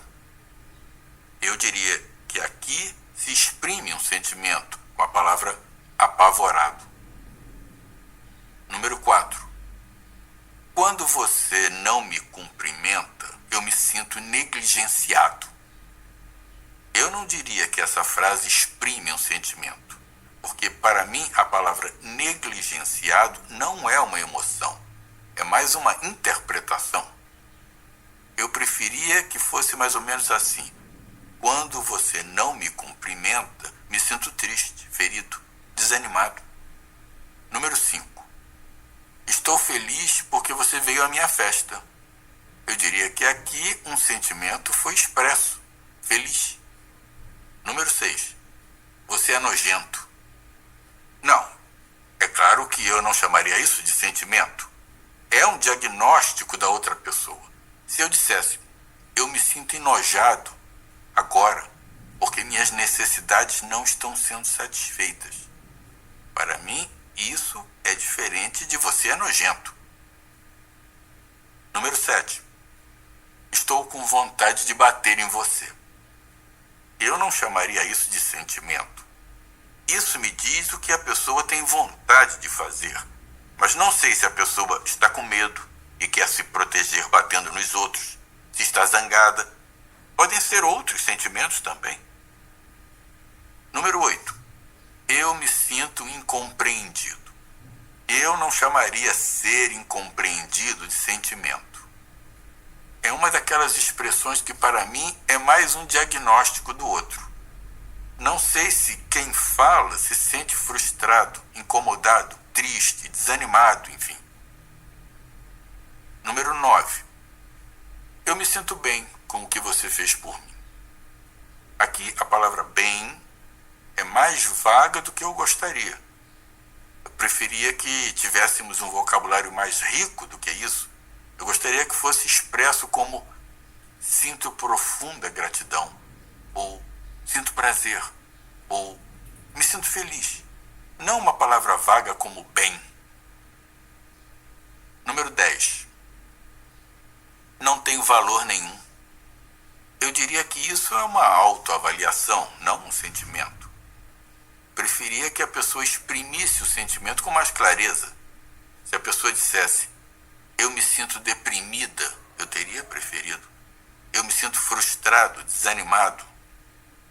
Agora, por mais importantes que sejam os sentimentos, eles não são tudo que queremos exprimir. Se eu disser, estou me sentindo irritado, isso não basta. Não queremos exprimir só os nossos sentimentos sem outras coisas ligadas a eles. Por exemplo, sempre que exprimimos um sentimento de desconforto, queremos conectar esse sentimento à necessidade que é a causa do sentimento. E queremos acrescentar um pedido claro do que queremos da outra pessoa que aliviaria o nosso desconforto. Na próxima sessão, vou falar sobre assumir a responsabilidade pelos nossos sentimentos. Segunda sessão. Espero ter esclarecido a importância dos sentimentos e a necessidade de termos um bom vocabulário de sentimentos para nos exprimir abertamente. Mas também é importante assumirmos a responsabilidade por nossos sentimentos. Isso para que, de jeito nenhum, insinuemos que as falas ou as ações dos outros podem fazer a gente sentir o que sente. Provavelmente a gente sabia disso quando pequeno. Você já deve ter ouvido uma frase que era repetida pelas crianças do meu bairro. Era mais ou menos assim. Paus e pedras podem quebrar meus ossos, mas xingamentos nunca vão me machucar. Mesmo com 6 anos, tínhamos consciência da escolha de como reagir às coisas e sabíamos que os xingamentos dos outros só poderiam nos ferir dependendo de como os digeríssemos. Mas provavelmente perdemos essa sabedoria ao sermos expostos às pessoas que tentaram usar a culpa para nos manipular, que tentaram nos fazer acreditar que nosso comportamento podia criar a dor delas. Portanto, começamos a assumir a responsabilidade pelos sentimentos delas. Agora, a palavra responsabilidade significa capaz de resposta. Só podemos ser responsáveis pelo que somos capazes de controlar. Não podemos controlar como os outros interpretam o nosso comportamento. Portanto, não somos responsáveis pelas suas interpretações, nem pelos sentimentos que acompanham essas interpretações. Somos responsáveis pelo nosso comportamento, pelas nossas intenções. Do mesmo modo, os outros são responsáveis pelas suas intenções em relação a nós. Eles são responsáveis pelo que dizem ou fazem, e nós somos responsáveis pelo modo como recebemos essas coisas. E o modo como as recebemos vai depender de como nos sentimos. Portanto, nossos sentimentos resultam do que nós escolhemos fazer, e assim somos responsáveis por eles. Na comunicação não violenta, depois da expressão dos sentimentos, usamos as palavras porque eu. Estou me sentindo ferido porque eu tal coisa. Estou me sentindo contente porque eu tal coisa. Nunca algo como você me fez sentir ou me sinto zangado porque você tal coisa. Não. Sempre sinto tal coisa porque eu tal coisa. Em prol do desenvolvimento pessoal, é importante ter a noção de que, sejam quais forem os nossos sentimentos, eles resultam do modo como recebemos as coisas. Portanto, é importante saber o que acontece na nossa cabeça, que cria os nossos sentimentos. Infelizmente, fomos programados para pensar de um jeito em que o que está na nossa cabeça, na maior parte do tempo, não é o que está vivo em nós ou nos outros. O que está na nossa cabeça, em boa parte do tempo, são esses julgamentos moralistas que foram programados dentro de nós. Esses julgamentos programados criam os seguintes sentimentos: raiva, culpa, depressão e vergonha. Assim, quando exprimimos nossos julgamentos e pensamos que o que os outros fazem é doentio, ruim, idiota ou inadequado, provavelmente vamos nos sentir zangados, mas é importante ter consciência de que não foi o que eles fizeram que nos deixou zangados. É como recebemos o que eles fizeram que nos deixou zangados. Se sentimos depressão, culpa, vergonha, não foram os outros que nos deixaram assim. O modo como interpretamos as coisas é que nos faz sentir assim. Portanto, é importantíssimo ter consciência de que é o nosso jeito de pensar que provoca esse tipo de sentimento.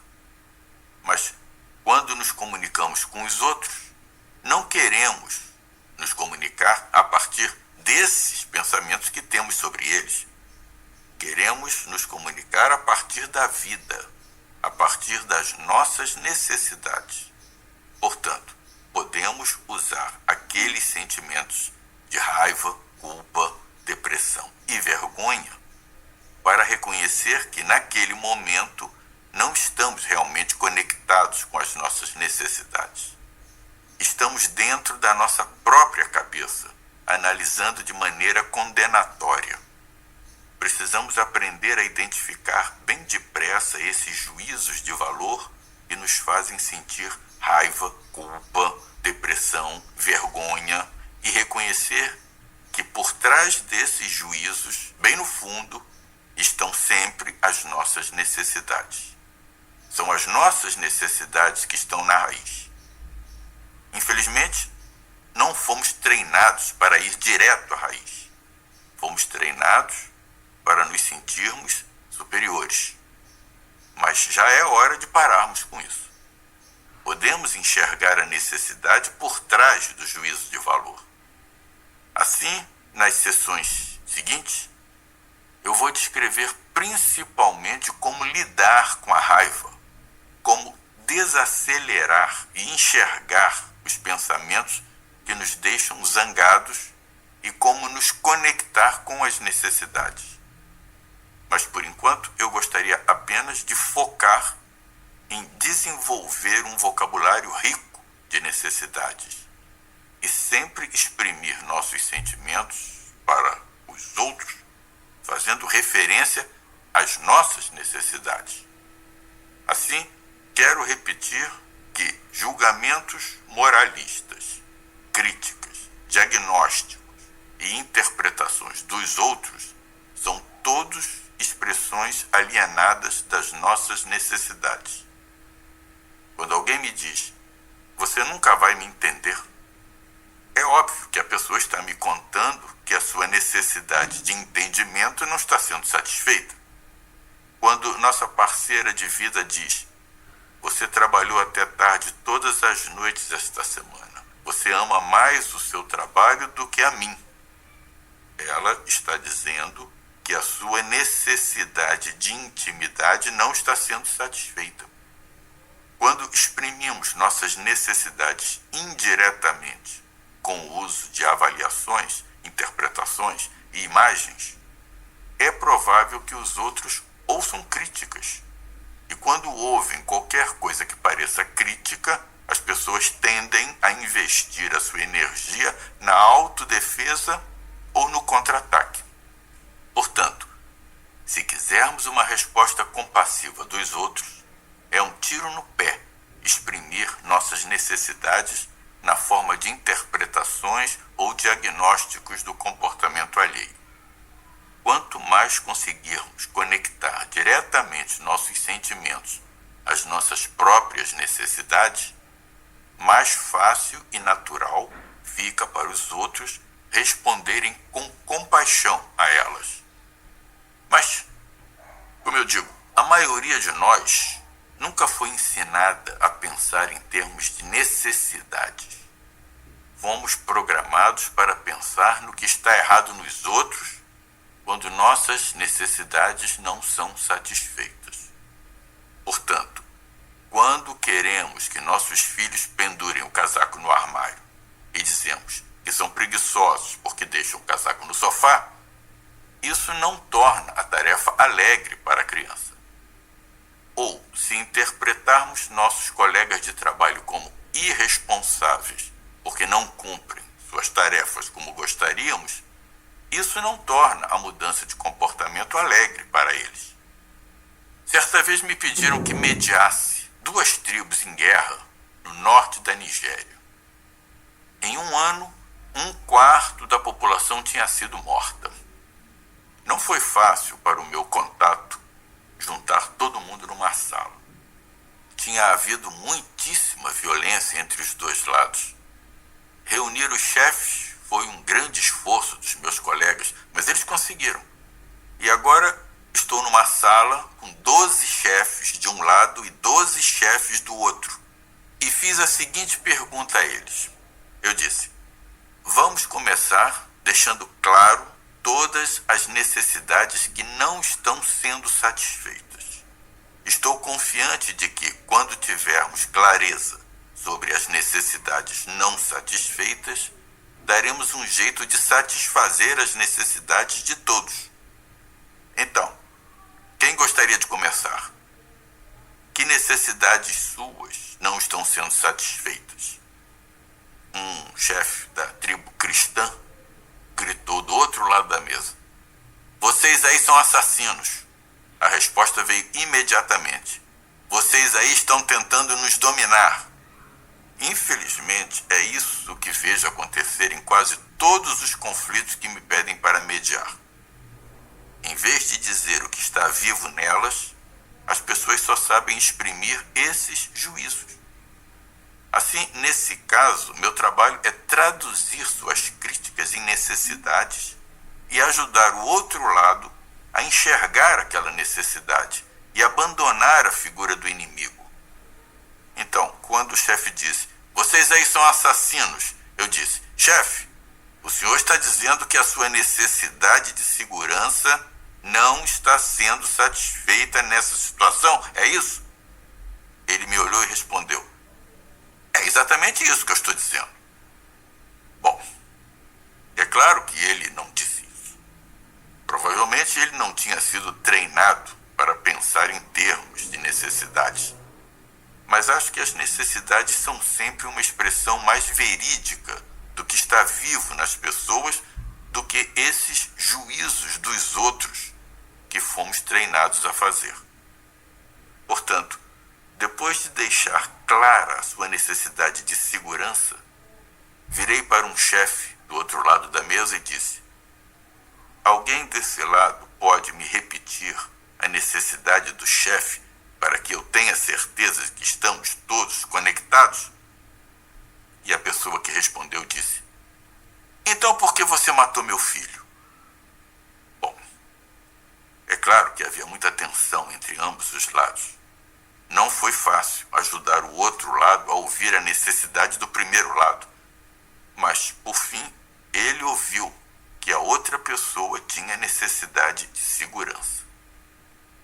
Então, ajudei o outro lado a traduzir sua crítica de vocês estão tentando nos dominar nas suas necessidades.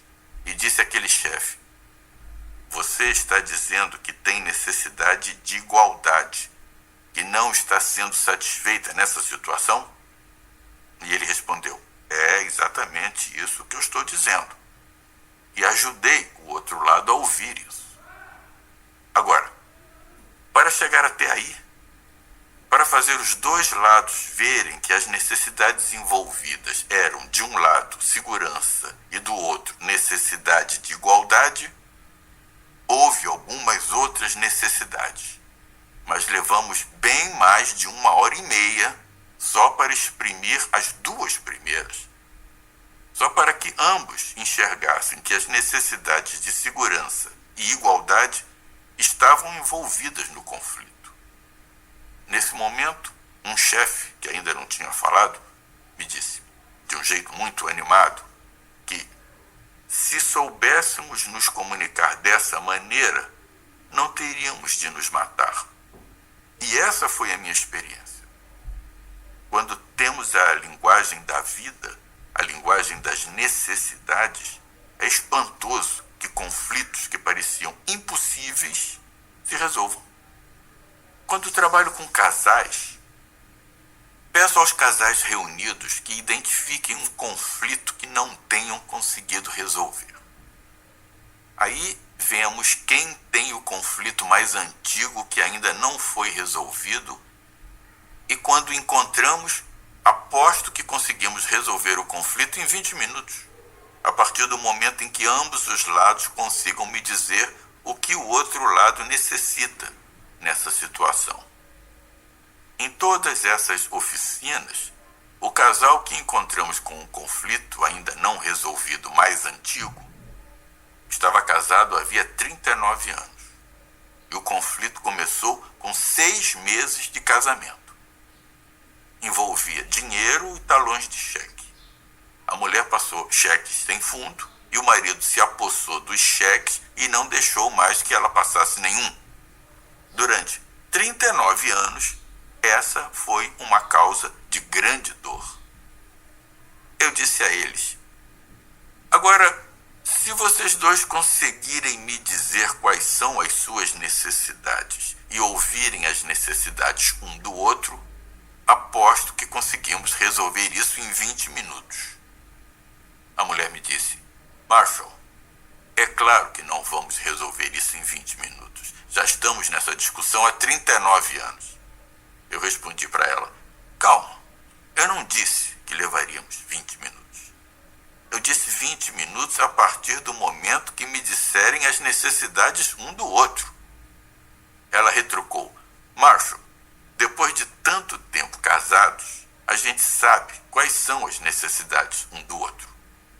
Eu disse, tudo bem, posso estar errado na minha previsão, mas só vamos levar 20 minutos para descobrir.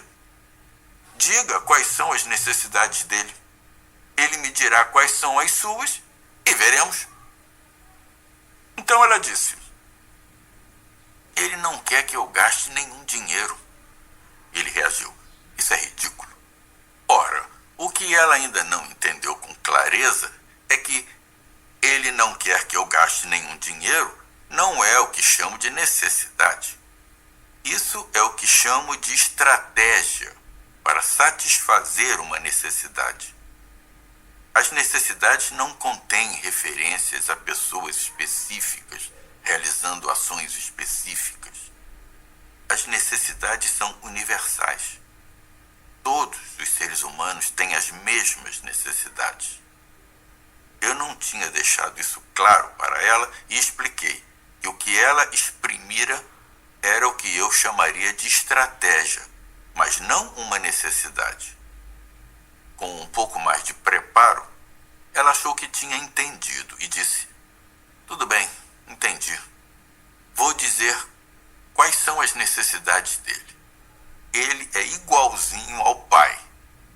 uma mentalidade depressiva em relação ao dinheiro. Ela me fez uma análise sem perceber que essa não era a resposta à minha pergunta sobre quais eram as necessidades dele. Eu pude ver que ela realmente não fazia ideia de quais eram as necessidades dele. Por isso pedi ao marido: pode dizer à sua esposa quais são as suas necessidades? Ele respondeu: Marshall, ela é uma esposa maravilhosa, uma mãe maravilhosa, mas quanto a dinheiro é totalmente irresponsável. E ela reage: isso não é justo. Trágico, entende? É trágico não termos uma linguagem das necessidades. Só temos uma linguagem que indica incorreção quando as nossas necessidades não são satisfeitas. Ajudei o marido a traduzir em necessidades o julgamento que fazia da mulher como irresponsável. Perguntei: você tem a necessidade de proteger economicamente a família? Para você, é isso o que está em jogo? Ele respondeu: sim, é isso que eu estou dizendo. Ora, é claro que não foi isso que ele disse antes. Eu pedi à esposa: consegue repetir o que ouviu sobre a necessidade do seu marido? Ela respondeu: mas, eu interrompi, não, nada demais. Só ouça a necessidade dele. Ele acha que sou irresponsável. Entende? Agora ela está reagindo a todos os anos em que ouviu esse julgamento. Agora, nem mesmo quando a necessidade é expressa, ela consegue escutar. Tive de repetir a necessidade dele mais 2 ou 3 vezes até que ela conseguisse simplesmente ouvir aquela frase simples de que a necessidade dele era segurança e proteção econômica da família. Para o marido, era isso que estava em jogo. Então, ajudei a esposa a identificar sua própria necessidade, que era de que acreditassem que ela aprenderia a lidar com dinheiro melhor do que quando passou alguns cheques sem fundo no início do casamento. Ela tinha a necessidade de confiança de que conseguiria aprender. Pedi ao marido: pode repetir a necessidade dela? Ele respondeu: até lá estaremos falidos. Não foi fácil para ele abrir mão da imagem que fazia dela e apenas ouvir suas necessidades. Quando, enfim, consegui que ambos ouvissem a necessidade um do outro, o que levou bem mais de 1 hora, não foi preciso nem 20 minutos para resolver o conflito de forma satisfatória para todos. Aprender a linguagem das necessidades é fundamental, mas não é fácil, devido ao modo como somos programados. O lado bom é que não temos tantas necessidades assim. O economista Manfred Max Neff montou todo um sistema econômico baseado em satisfazer as necessidades humanas. Seu modo de avaliar se uma economia é sólida ou não é o grau em que satisfaz as necessidades de todos. Como todo o seu sistema econômico se baseia em necessidades, ele se empenhou muito para identificar quais são as necessidades básicas que precisamos satisfazer. Precisamos garantir que todo mundo no planeta tenha essas necessidades satisfeitas. Ele começa com uma necessidade que eu chamaria, na minha linguagem, de subsistência. É óbvio que temos necessidade de coisas como comida, abrigo, proteção contra o clima, roupas que nos deem o mínimo conforto e assim por diante. Chamemos essas necessidades de necessidades de subsistência básica. Depois, temos necessidade de proteção, de segurança. Outra necessidade importante é de empatia. Muita gente não conhece essa palavra, mas a chama de compreensão. E como veremos mais tarde, gosto da palavra empatia para diferenciá-la da simples compreensão de ideias. Para mim, empatia é a verdadeira necessidade humana. Falaremos mais sobre isso adiante. E temos necessidade de franqueza, de transparência, de poder confiar que aquilo que os outros dizem é mesmo o que está acontecendo. Temos necessidade de celebração, de diversão, de descanso, necessidade de criatividade. Temos necessidade de amor. Agora, é aí que as pessoas que usam a comunicação não violenta usam a palavra amor como uma necessidade. Outras formas de comunicação costumam pensar no amor como um sentimento. E falarei sobre isso mais adiante. Mas a necessidade de amor é muito importante. Então temos necessidade de comunidade, de uma comunidade calorosa que nos aceite. Uma necessidade importante é a autonomia, que é escolhermos fazer o que quisermos e não ter outras pessoas que nos obriguem a fazer coisas. Olhe o jornal de qualquer dia e veja quantas guerras são travadas no planeta partindo-se dessa necessidade de autonomia. Ninguém quer que outras pessoas exijam controlar sua vida. Temos necessidade de sentido e de um propósito na vida. Essa é a necessidade que o psiquiatra austríaco Viktor Frankl, no livro Em Busca de Sentido, diz que é a mais importante de todas para a nossa total humanidade. A necessidade de sentido, de propósito. Uso as palavras necessidade de contribuir com a vida para me referir a essa necessidade. Não há tantas necessidades assim para expressarmos e reconhecermos, mas precisamos colocar nossa própria linguagem a serviço delas, por serem uma parte fundamental da nossa comunicação. Precisamos de uma linguagem que nos ajude a identificar nossas necessidades, que a gente sinta que nos conecta a elas, mas talvez caiba um pouco de jogo de cintura na hora de nos comunicarmos com um filho de 4 anos, por exemplo, utilizando um outro vocabulário. A criança tem as mesmas necessidades, mas nesse caso talvez seja melhor simplificar a linguagem.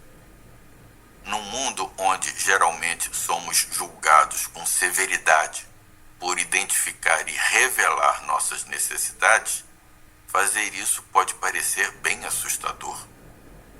Por exemplo, é comum ensinar às mulheres que a sua tarefa enquanto mulheres é sacrificar as próprias necessidades para cuidar das necessidades dos outros. Ensinam aos homens que os fortes não têm necessidades. Sua tarefa é fazer o que o rei ou os líderes mandarem fazer, mesmo que isso signifique abrir mão da própria vida. Essas imagens culturais fazem as necessidades parecerem carência, egoísmo, dependência. Fomos educados para ver que há algo errado em nós por termos necessidades.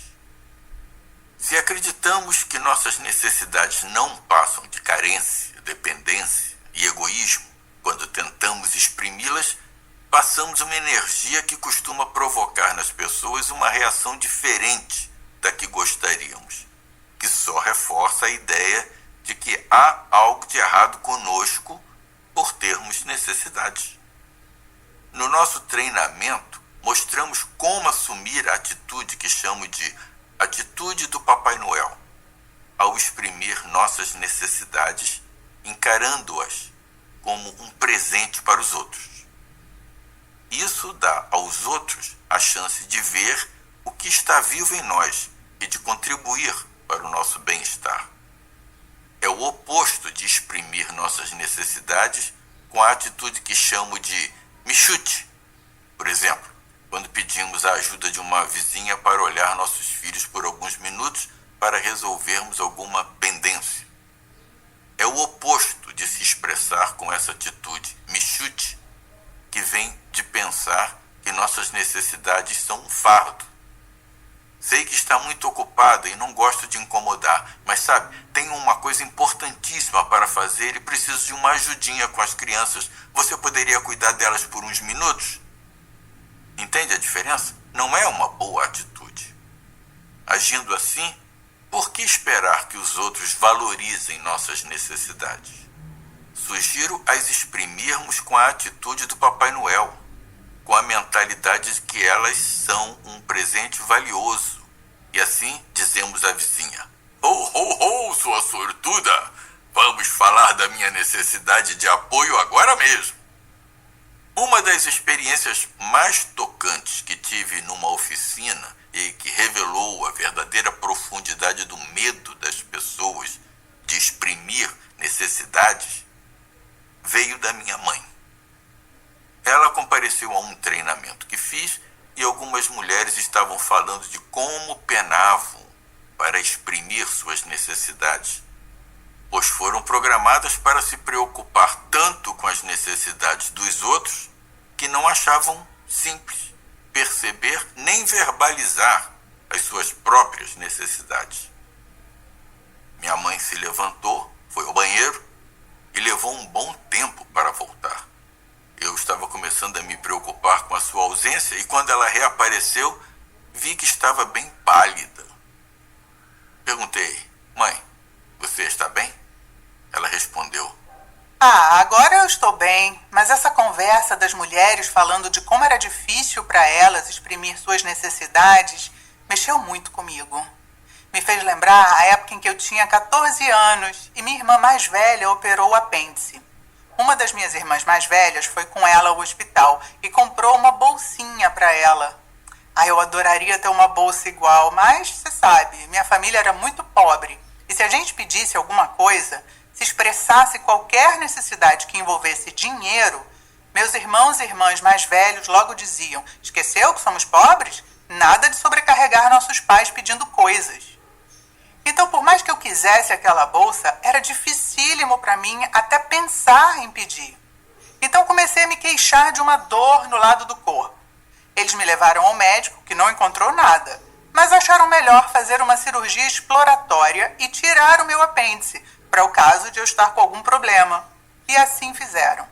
Passei pela operação e lá estava eu na cama do hospital. Meu plano era um sucesso. Minha irmã, aquela que tinha trazido a bolsa da outra vez, comprou uma para mim também. E lá estava eu, deitada na cama com essa bolsa. A dor da cirurgia era óbvia, mas eu nem ligava. Saciei minha necessidade por completo ganhando aquela bolsa.